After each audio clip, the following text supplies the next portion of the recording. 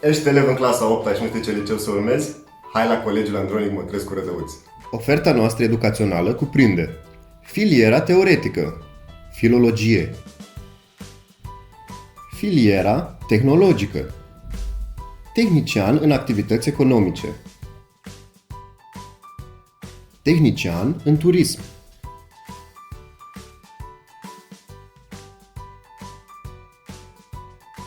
organizator banqueting,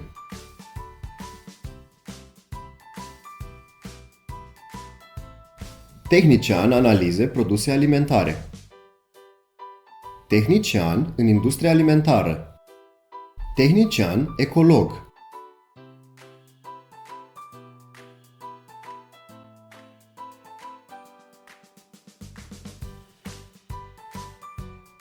tehnician veterinar. După absolvirea profilurilor care fac parte din învățământul profesional, ai posibilitatea de a profesa direct în domeniu. Brutar patiser, produse făinoase.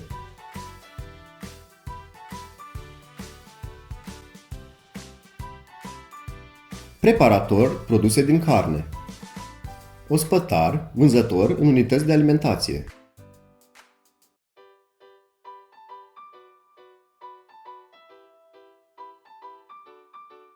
Cofetar, patiser.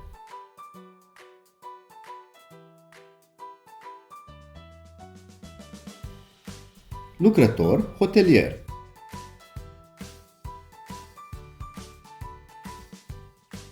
Comerciant, vânzător.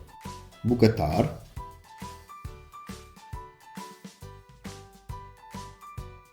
Zootehnist. Te așteptăm cu profesori bine pregătiți, activități educaționale de valorificare și dezvoltare a aptitudinilor personale, consiliere de grup,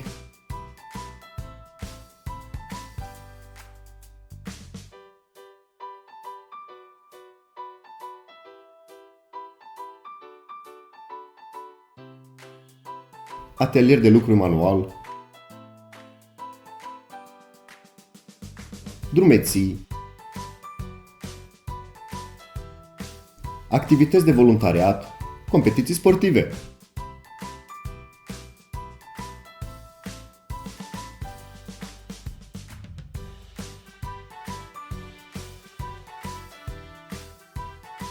Proiecte extrașcolare naționale și internaționale. Parteneriate cu școli din alte țări. Posibilitatea susținerii examenelor de certificare a limbilor străine. Săli, clase, laboratoare și cabinete spațioase. Bibliotecă, centru de documentare și informare. Vă așteptăm la Colegiul Andronic Mătrescu Rădăuți!